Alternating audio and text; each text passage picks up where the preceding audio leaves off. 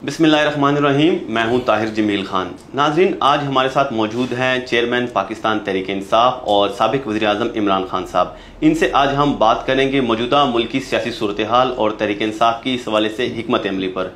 जी खान साहब, क्या हाल है आपके? जी शुक्रिया। खान साहब, हालिया प्रेस कॉन्फ्रेंस DG ISPR ने जो की है उसमें उन्होंने कहा है कि एक सियासी जमात ने बगावत की कोशिश की है। इशारा उनका गालिबन आपकी जानिब ही है। तो ऐसे में जब वो अपने इदारे के अंदर ही एहतसाब का अमल कर रहे हैं, 2 स्टार और 3 स्टार जनरल्स भी उन्होंने नहीं बख्शे, तो आप अपना मुस्तकबिल क्या देख रहे हैं? देखिए, आगे तो जो होता है हमें अल्लाह में ईमान है, तो वो तो जो होगा होगा। लेकिन मुझे अभी तक समझ नहीं आई कि DG ISPR ने जो ये प्रेस कॉन्फ्रेंस की है, कभी कोई इस तरह एक तरफा प्रेस कॉन्फ्रेंस करता है। बहुत बड़ा इल्ज़ाम है कि फ़ौज के अंदर बगावत की है। फ़ौज का मतलब मुल्क के साथ बगावत की है, क्योंकि फ़ौज तो हमारी है। तो अगर फ़ौज तबाह होती है बगावत की वजह से, तो मुल्क तबाह होता है। तो हमारी तरह के लोग जिनका जीना मरना पाकिस्तान में, जिन्होंने कोई लंदन और सारे दुनिया के बाहर मगरब में बड़े बड़े महलात नहीं बनाए और जिनके बैंक अकाउंट्स बाहर नहीं है, जिन्होंने यहीं रहना है, तो हम तो सोच नहीं सकते कि अपने मुल्क को हम कमज़ोर करें फ़ौज को कमज़ोर करते हुए। तो मुझे इस प्रेस कॉन्फ्रेंस की समझ नहीं आई कि 9 मई को एक इवेंट बना के और कोई इंडिपेंडेंट तहकीकात नहीं है। देखे ना, सारी दुनिया के अंदर, यूरोप में, अमेरिका में, इंग्लैंड में कोई हादसा होता है, हमेशा उसकी इंडिपेंडेंट इन्वेस्टिगेशन होती है। कोई अभी तक इंडिपेंडेंट इन्वेस्टिगेशन नहीं हुई। एक तरफा बयान आ रहा है कि जनाब तहरीक इंसाफ ने सब कुछ किया, हमने जलाया, हमने अटैक किया, हमने फलाना किया, हमने आगे लगाई। लेकिन कोई, हमारा और मौक़िफ़ है, उनका और मौक़िफ़ है। कोई इंडिपेंडेंट एनालिसिस किया इसके ऊपर। और हमें तो ताज्जुब ये है कि एक पार्टी 27 साल से जिसने कभी कोई आर्सन यानी जलाने में कोई नहीं किया, कोई हमने कहीं फौजी इमारतें छोड़े जो 2-3 हुई हैं, रेडियो पाकिस्तान भी जलाया गया, हमारी कोई तारीख नहीं है इस तरह करने की। जब मुझे गोलियां लगती हैं तब तो सबसे ज़्यादा कत्ल करने की कोशिश की जाती है, तब सबसे ज़्यादा रद्द अमल आना चाहिए था, तब भी कोई ऐसा नहीं हुआ। तो ये जो एक तरफा सरा हुआ है और कोई बात नहीं कर रहा कि 25 लोग उस दिन शहीद हुए। 16 के हमारे पास पूरी डिटेल्स हैं, जो बाकी 9 हैं उनके लोग इतने डरे हुए हैं कि हमें वो बता नहीं रहे, यानी वो छुपे हुए अंडरग्राउंड चले गए। 2 की टांगें चली गई, दोनों टांगें कट गई, और एक पैरालाइज हो गया, यानी रीढ़ की हड्डी पे गोली लगी, वो बिल्कुल पैरालाइज है। 50 को गोलियां लगी। अभी तक किसी ने बात ही नहीं इनकी की। देखिए, किसी मुल्क के अंदर आपके लोग जब इस तरह उनको शहीद किया जाता है, नाते लोगों को, कोई चांस अभी तक कोई नहीं बता रहा कि कहीं हमारी तरफ से गोली चली है। अब बगावत होती है, कोई आम होती है, आप फौज के खिलाफ बगावत कर रहे हैं, इसका मतलब कि आपके पास कोई हथियार होंगे, आपने कोई अटैक किया होगा, कोई प्लानिंग होगी। कोई ऐसी प्लानिंग है तो क्या नहाते लोगों ने फौज के खिलाफ बगावत कैसे कर रही थी? खान साहब, आप प्राइम मिनिस्टर इन वेटिंग समझे जा रहे थे, लेकिन 9 मई के बाद पार्टी का जिस तरह शराजा बिक रहा है, तो आप इक़्तिदार की दौड़ से बाहर होते नजर आ रहे हैं। क्या अब आपके पास प्लान है कि आप दोबारा से वो मोमेंटम हासिल करें? देखिए, एक चीज बहुत जरूरी है समझनी कि पॉलिटिकल पार्टी जो होती है ना, वो सिर्फ एक वजह से खत्म होती है, उसका वोट बैंक खत्म हो जाता है। अब ये पीपल्स पार्टी और नून लीग है, 2 बड़ी जमातें थी पाकिस्तान की, आज इकट्ठी हैं। आज दोनों बड़ी जमातें इकट्ठी हो गई हैं। उसके इकट्ठे होने के बावजूद 37 बाय इलेक्शन हुए जो पिछले चंद महीनों में, 30 जीत गई अब तहरीक इंसाफ। तो इसका क्या हुआ फिर? क्योंकि इनका वोट बैंक खत्म होता जा रहा है। इकट्ठे होके भी एक जमात को नहीं हरा सकते। पूरी एस्टैब्लिशमेंट की बैकिंग, पुलिस इनके साथ, इंतजामिया इनके साथ, इलेक्शन कमीशन इनके साथ, फिर भी 37 में से 30 इलेक्शन हार गए। और इतने खौफजदा हैं कि जो जब सुप्रीम कोर्ट ने अनाउंस किया हमारा पंजाब का इलेक्शन 14 मई को, इन सब ने मिलकर इलेक्शन से भाग गए। सुप्रीम कोर्ट का फैसला, आइन की खिलाफ वर्जी की। क्यों? क्योंकि डरे हुए हैं हारने से। तो पॉइंट ये है कि जमात तो तब हारती है जब उसका वोट बैंक खत्म हो जाता है, और जब उसका वोट बैंक खत्म हो जाता है तो एस्टैब्लिशमेंट भी उसके साथ खड़ी हो जाए, वो नहीं जीत सकती। तो तहरीक इंसाफ का तो इस वक्त वोट बैंक अरूज पे है। ये जो भी हो रहा है, आप जितना हमारे पे जुल्म किया जा रहा है, ये इंतकामी कार्रवाई की जा रही है, 9 मई का बहाना लगा के हमारे 10,000 लोगों को जेलों में डाल दिया है, सीनियर लीडरशिप जेल में डाल दी है। निकलते तब हैं जब वो कहेंगे जी हम पार्टी छोड़ रहे हैं, तब वो निकलते हैं। तो क्या उससे क्या होगा? तहरीक इंसाफ कमजोर हो रही है, तहरीक इंसाफ और ताकतवर हो रही है। क्यों? क्योंकि वोट बैंक बढ़ता जा रहा है। खान साहब, पार्टी के सरकर्दा जो रहनुमा हैं और आपके करीबी साथी, उनके छोड़ जाने के बाद खुद को तन्हा तो महसूस करते होंगे? देखिए, मेरी एक मिशन है। मिशन के अंदर आप ना देखते हैं अपनी फैमिली, ना आप देखते हैं अपने दोस्त, ना आप देखते हैं कि जी मेरे से 26 साल कोई मेरे साथ रहे। आप सिर्फ मिशन देखते हैं। आप उठा के देख लें जिन्होंने मिशन लड़ी हैं, कायद आज़म मोहम्मद अली जिन्ना, कितनी उनकी दोस्तियां रह गई, उनकी फैमिली डिस्टर्ब हो गई। महात्मा गांधी का देख लें, वो भी बहुत बड़ा लीडर था, उसका देख लें कि उसकी क्या प्राइवेट लाइफ, दोस्तियां किधर गई। नेल्सन मंडेला की ज़िंदगी पढ़ लें तो वो कितनी उनकी फैमिली सारी ख़त्म हो गई, उसके दोस्तों से क्या हुआ। तो मेरे लिए तो एक मिशन है हकीकी आज़ादी की। 27 साल पहले मैं निकला था थोड़े से लोगों के साथ, बड़ी देर थोड़े से लोग थे, फिर बढ़ती गई, और फिर अल्लाह का करम है आज पाकिस्तान की शायद तारीख की सबसे बड़ी पार्टी बन चुकी है। तो इसके अंदर दोस्तियों का आना जाना से कोई फ़र्क नहीं पड़ता। कंसंट्रेशन है कि हमने अपने मुल्क को, अगर हमने इसको उठाना है, अगर हमने इसको एक अजीम कौम बनाना है जो कि बन सकती थी, बड़ा ख्वाब था पाकिस्तान, वो तब होगा जब हकीकी जमहूरियत आएगी। हकीकी जमहूरियत तब आती है, हकीकी जमहूरियत का मतलब हकीकी आज़ादी। आज़ादी होती है तो खुशहाली होती है। हकीकी जमहूरियत तब तक नहीं आ सकती जब तक रूल ऑफ लॉ यानी इंसाफ नहीं होता, क्योंकि रूल ऑफ लॉ होता है तो जमहूरियत होती है, तो आज़ादी होती है, तो खुशहाली होती है। तो ये जो लोग छोड़ छोड़ के मगरब जा रहे हैं, यूरोप जाते हैं, साउथ अमेरिका से अमेरिका घुसने की कोशिश करते हैं, क्यों करते हैं? क्योंकि उन मुल्कों के अंदर आज़ाद लोग हैं, उनकी आइन है, उनकी जमहूरियत है, उनके रूल ऑफ लॉ है, लेवल प्लेइंग फील्ड है, मेहनत का फल मिलता है। लोग एक दफ़ा अपने टैक्स दें, कानून के ऊपर चले, आज़ाद हो जाते हैं। हमारे मुल्कों के अंदर बदकिस्मती से एक छोटा सा तबका है, वो सारे मुल्क के वसाइल कंट्रोल करके बैठा हुआ है, वो आज़ाद नहीं होने देता। और ये जो सारे मेरे खिलाफ जो जमा हुए हैं 14 पार्टीज, एस्टैब्लिशमेंट, ये क्यों है? क्योंकि ये सब डरे हुए हैं इस मुल्क में हकीकी आज़ादी से। हकीकी आज़ादी का मतलब कि ये जो सारे कब्जा करके बैठे हुए वसाइल के ऊपर और कानून के ऊपर बैठे हुए हैं, तो इनको खतरा है। खान साहब, आपके पुराने दोस्तों की नई जमात इस्तेहकाम पाकिस्तान पार्टी को किस नज़र से देख रहे हैं आप? देखिए, कभी भी पाकिस्तान की तारीख में कोई आर्टिफिशियल पार्टी चलती नहीं है। जिंदगी में कोई शॉर्टकट नहीं होता। यानी मैं अगर यहाँ तक पहुँचा हूँ तो 27 साल की स्ट्रगल है। 14 साल की, जिस तरह मैंने कहा, थोड़े से लोग थे साथ, मजाक उड़ता था। आहिस्ता आहिस्ता पब्लिक के अंदर उसकी जड़ें गई, उसका नज़रिया गया, और आज सबसे बड़ी अल्लाह का करम है जमात है। लेकिन किसी का ख्याल है कि इस तरह की जमात बना दो और तो इधर उधर से लोग तोड़ तोड़ के ले आओ, तो उसकी पब्लिक में तो कोई रूट्स है ही नहीं। खान साहब, पाकिस्तान की सियासत में फ़ौज के किरदार के किस हद तक आप कायल हैं? किस हद तक फ़ौज का किरदार होना चाहिए और होना चाहिए भी या नहीं? आपका क्या मौक़िफ़ है इस बारे में? देखिए, हमारा एक मुल्क इवॉल्व कर रहा है। 75 साल की हमारी ज़िंदगी है। हमारा मुल्क कैसे शुरू हुआ था? एक सिक्योरिटी स्टेट। क्यों? हमें खौफ था।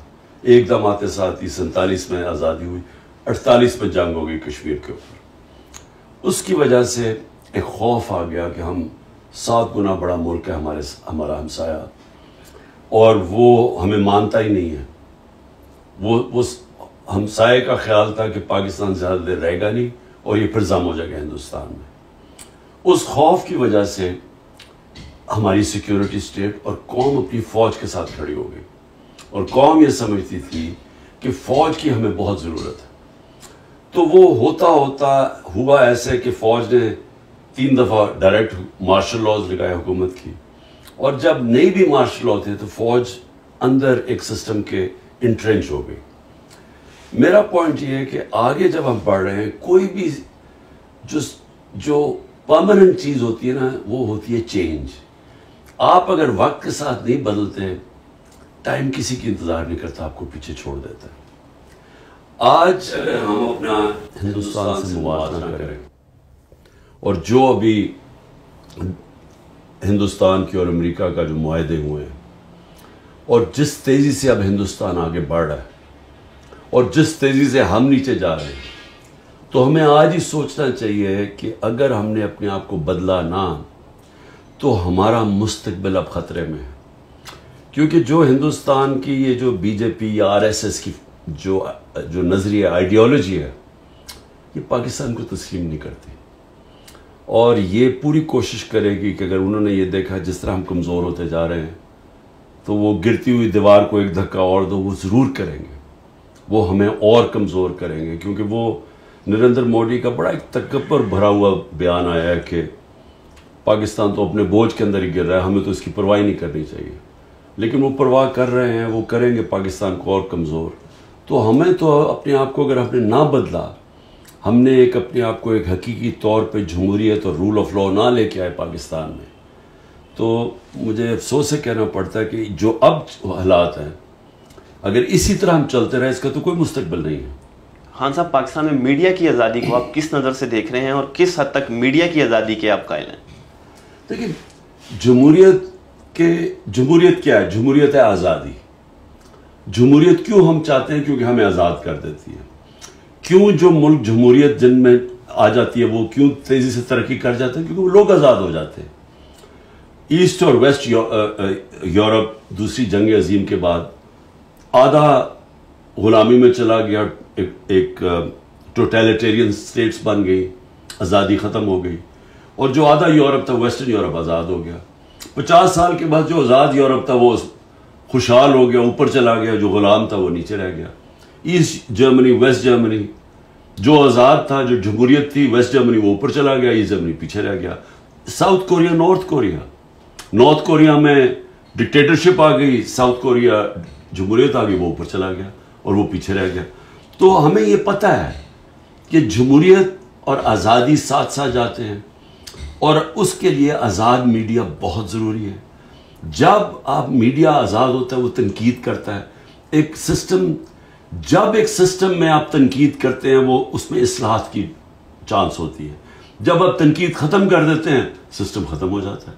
और वही मैंने आपको जो मिसाल दे रहा हूँ कि ये सब माशरों में जब डिक्टेटरशिप में तनकीद ख़त्म हो जाती है, सिस्टम पीछे रह जाते हैं।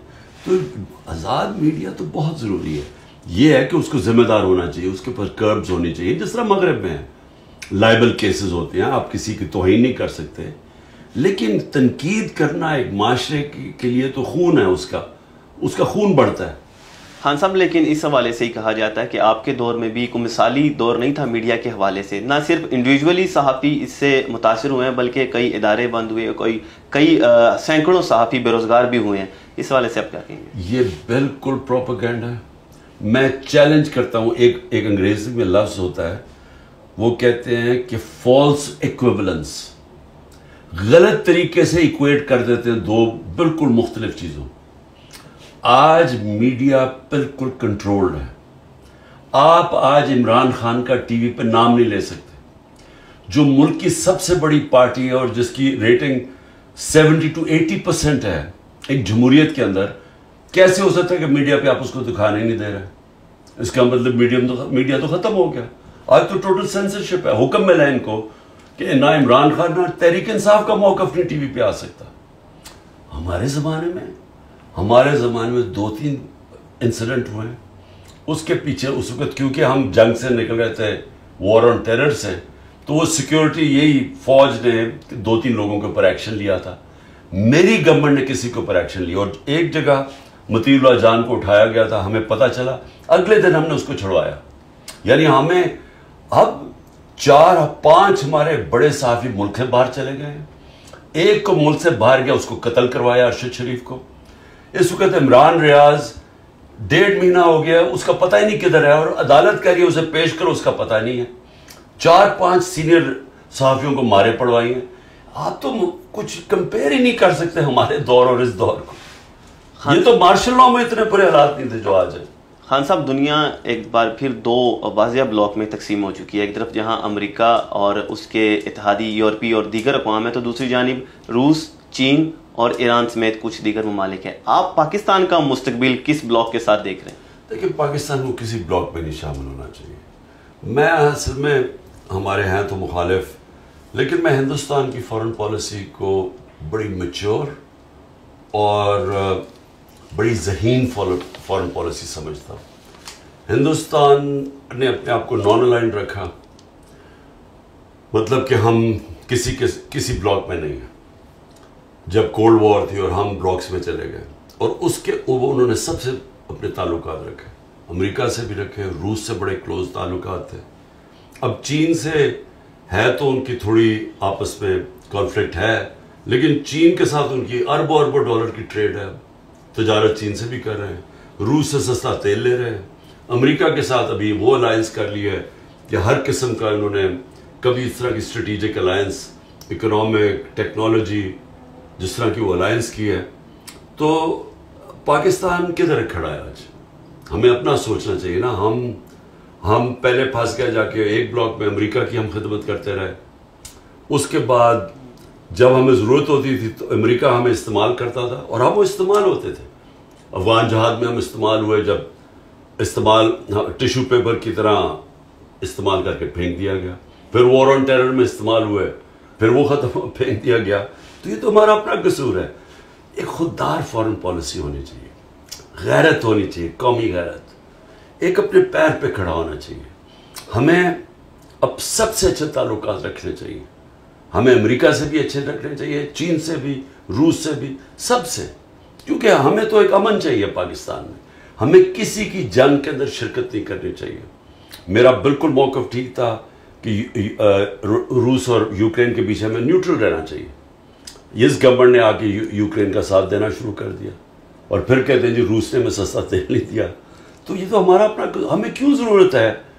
क्या कोई हमारी कॉन्फ्लिक्ट में शिरकत करता है? हमारा अब कश्मीर का मसला बना हुआ है। उन्होंने, हिंदुस्तान ने यूनाइटेड नेशंस की सिक्योरिटी काउंसिल रेजोल्यूशन को बाहर फेंक के उनकी स्टेटहुड ख़त्म कर दिए। 5 अगस्त 2019 में। क्या किसी ने हमारी मदद की? कोई हमारे लिए बोला है? तो हम क्यों किसी की जंगों में शिरकत करें?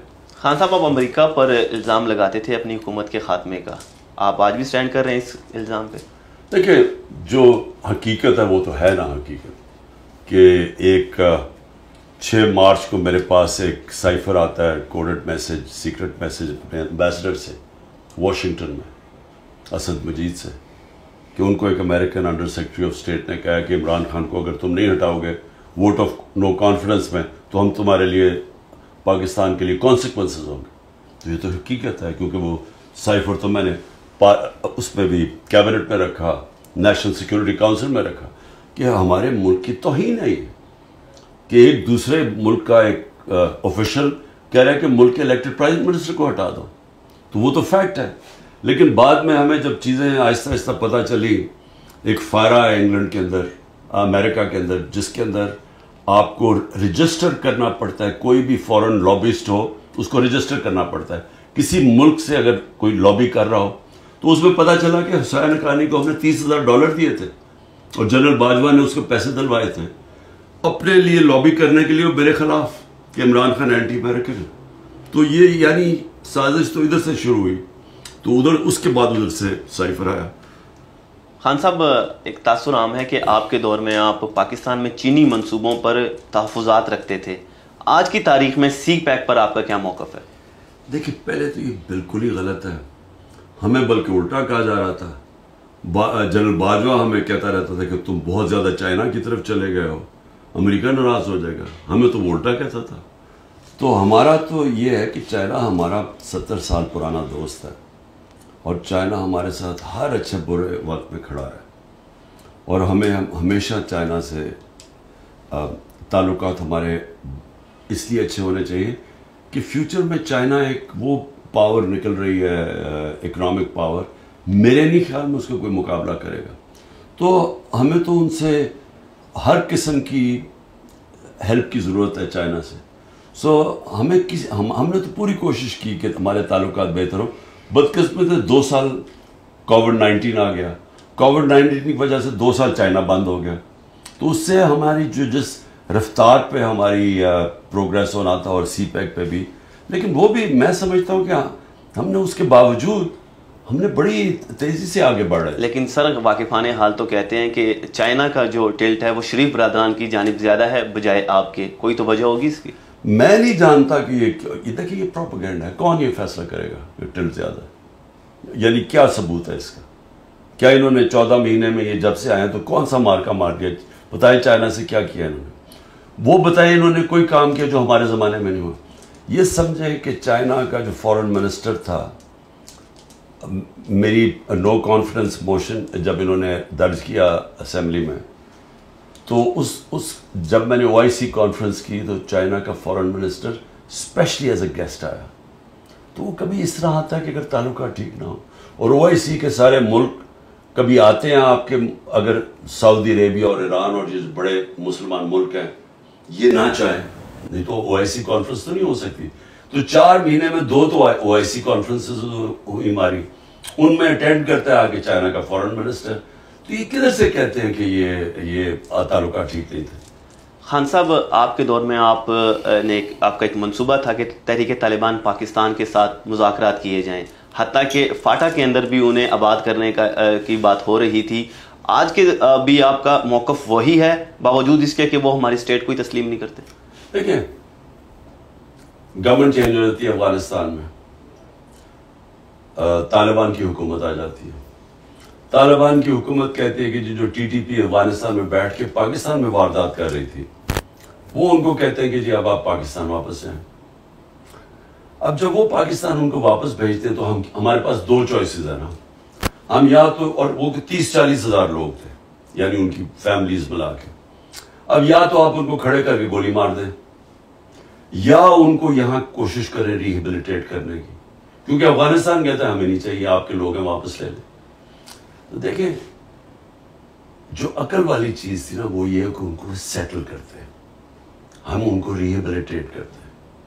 ये सारी दुनिया में होता है। ये जब भी आपकी ये जो दहशतगर्दी की जंग खत्म होती है ना, तो आखिर में मुज़ाकरात पे होती है और आप फिर रिकन्सिलिएशन करते हैं। अब हुआ क्या कि हम प्लान भी, हमने पैसे का भी बंदोबस्त किया कि हम इनको सेटल करेंगे। इतने में पता चला जनाब वो हमारी गवर्नमेंट चली गई और इन्होंने आके, ना इनके पास कोई टाइम था ना इनको समझ थी। उसके बाद जो हमारी मिलिट्री इस्टेब्लिशमेंट थी वो लग गई तहरीक इंसाफ को ख़त्म करने के लिए और वो TTP को भूल गई। तो सर TTP की तरफ से भी संजीदगी का मुजाहरा होना चाहिए ना, 2 वे चीज़ होती है। वहाँ से तो हमले जारी थे और पाकिस्तान के मुख्तलिफ हिस्सों में हमले हुए, इवन पेशावर में भी उसके बाद हमला हुआ, 100 से ज़्यादा वहाँ पे शहादतें हुई। देखिए वो बात करें कि जो मेरा दौर था, अब अगस्त के अंदर वो ख़त्म होता है, अगस्त में, यानी अगस्त में उनकी गवर्नमेंट आती है तालिबान की, और उसके बाद ये आना शुरू हो जाते हैं नवंबर दिसंबर में पाकिस्तान। हम अप्रैल तक थे। मुझे बताएं हमारे दौर में क्या हुआ है? हमारे दौर में क्यों नहीं कोई हमला हुआ? क्योंकि हमारी बातचीत चल रही थी और हमारा प्लान ये था उनको रिहेबिलिटेट करने का। जब हम चले गए उसके बाद जून के अंदर मैंने पहली दफा बताया कि इनको सेटल करो, क्योंकि पहली दफा प्रॉब्लम आया मालाकांड के अंदर। इनको किसी को पता ही ना कोई इंटरेस्ट है, ना किसी ने कोई तवज्जो दी। तो देखिए, अगर आप उन्होंने वापस रीसेटल होना था तो वो आसान तो नहीं था, लेकिन आपके पास दूसरी चीज है, फिर जंग शुरू कर दें। तो अब तो हमें पता ही नहीं है कि क्या हो रहा है। अब तो किसी को अंदाजा नहीं है कि ये क्या स्टेटस है, ये हुकूमत क्या कोशिशें कर रही है। क्योंकि बदकिस्मती से इस वक्त सारी जो तवज्जो हुकूमत की और मिलिट्री इस्टेब्लिशमेंट की, वो तहरीक इंसाफ को खत्म करो। हमारे ऊपर पूरी सर्वेलेंस लगी हुई है, हर जगह लोगों को पकड़ पकड़ के जेलों में डाल रहे हैं। 10,000 लोग हमारे जेलों में डाल दिए, तो उनकी तो सारी तवज्जो इधर ही है। सिक्योरिटी फोर्स एक ही वक्त पे काम कर सकती है ना, तो तहरीक इंसाफ को खत्म करते करते बाकी सिक्योरिटी के ऊपर इनके पास किधर टाइम है।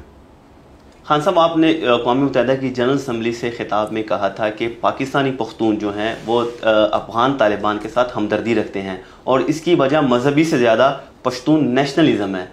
इससे आपकी क्या मुराद थी? हमारे देखने और सुनने वालों के लिए इसकी वजाहत फरमाएं। देखिए, जो आधी आबादी है अफगानिस्तान की वो पश्तून है, और जो पाकिस्तान में यानी 70% पश्तून पाकिस्तान में रहते हैं, 65% कहते हैं, और 30 या 35% अफगानिस्तान में रहते हैं। ठीक, इनकी बड़ी पुरानी एफिलिएशन है, यानी ये सदियों से जाती है। ये पाकिस्तान जो ड्यूरेंट लाइन थी ना बीच में, उसको वो मानते ही नहीं थे। ये पहली दफा उसका फेंस किसने किया? हमने वहां बाड़ लगाई है। उससे पहले तो वो खुला बॉर्डर था, तो उनके ताल्लुकात बड़े करीब थे। तो जब अफगान जहाद हुई, तो अफगान जहाद में जो इस तरफ पश्तून थे कबायली इलाके में, इन्होंने पूरी शिरकत की अफगान जहाद में, जो 80 की दिहाई में हुई। तो जब ये आ गया अमेरिका की जब वॉर ऑन टेरर, तो उन्होंने जब तालिबान को किया तो तालिबान पश्तून थे, तो जो इस तरफ थे उनकी बड़ी उनके साथ एफिलिएशन थी, तो यहां से भी लोगों ने उसमें शिरकत की, क्योंकि वो एक पुरानी उनकी चली जा रही थी।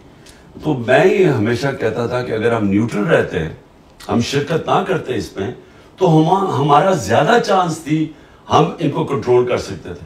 लेकिन जब हम फ्रीक बन गए तो उन्होंने पाकिस्तान को भी अटैक करना शुरू कर दिया, और जो इस तरफ थे वो तहरीके तालिबान बन गए, और उन्होंने आके पाकिस्तान को कहा जी आप कोलैबोरेटर्स हैं, उन्होंने प्रो अमेरिका करके हमारे ऊपर अटैक्स किए। खान साहब, आपने अलकायदा चीफ को भी शहीद कहा था, इसकी क्या वजह थी और क्या आज भी आप उसे शहीद समझते हैं? वो तो और तरह मैंने बात की थी, वो गलत तरह ये समझे थे, मैंने क्लैरिफाई कर दी थी बाद में। तो अभी अगर आप रिकॉर्ड की दुरुस्ती के लिए क्लैरिफाई करते हैं और आगे चले और बात करें। अच्छा, आखिरी सवाल आपसे जरा मौजूदा तल्ख सूरत हाल से जरा हटके है, और वो क्रिकेट पे है। अभी चंद महीने में 2 बड़े क्रिकेट के टूर्नामेंट आ रहे हैं। एक एशिया कप है जो कि पाकिस्तान में होने जा रहा है, और इसके लिए भारत ने अपनी टीम भेजने से इनकार कर दिया है, जिसके बाद आधे से ज़्यादा जो मैचेस हैं जो पाकिस्तान ने होस्ट करने थे पाकिस्तान के अंदर, वो श्रीलंका मुंतकिल हो गए हैं। और दूसरी तरफ उसके एक माह बाद ही भारत में आलमी कप आ रहा है, वर्ल्ड कप, और वहाँ पाकिस्तानी टीम ने जाना है, और हुकूमत ने अभी तक फैसला नहीं किया कि आया हमें भी टीम भेजनी चाहिए या नहीं। आप अगर होते, आप वज़ीर आज़म होते, आपका चेयरमैन पीसीबी होता, तो इसमें आपकी क्या पॉलिसी होती? मैं पाकिस्तान में टूर्नामेंट करता, भारत नहीं आती तो ना आती, क्योंकि और अगर वो यहाँ ना आती तो हमें वहां भी नहीं जाना चाहिए था। क्योंकि देखिए, ये नहीं हो सकता कि वो यानी ये तो ऐसे लग रहा है कि हम अब हमारा वो स्टेटस बन गया है जो बांग्लादेश का है या श्रीलंका का या नेपाल का है। यानी हम तो वो अब हो गए ना कि एक सैटेलाइट स्टेट बन गए। देखिए, खुददारी भी होती है कौम की। पाकिस्तान अभी भी दुनिया की टॉप क्रिकेट टीम्स में से है, और पाकिस्तान की टीम की अहमियत है, दुनिया देखना चाहती है पाकिस्तान टीम को। हमारे पास वर्ल्ड क्लास क्रिकेटर्स हैं। हमें क्यों अपने आप को अंडरसेल करते हैं? क्या अगर वो समझते हैं कि वो बहुत बड़ी कोई क्रिकेटिंग पावर बन गए, तो हम भी हैं। तो हमें अगर वो हमारे मुल्क में खेलने के लिए नहीं तैयार, तो हम क्यों उनके मुल्क में जाके खेलें? खान साहब, आपके वक्त का बहुत शुक्रिया।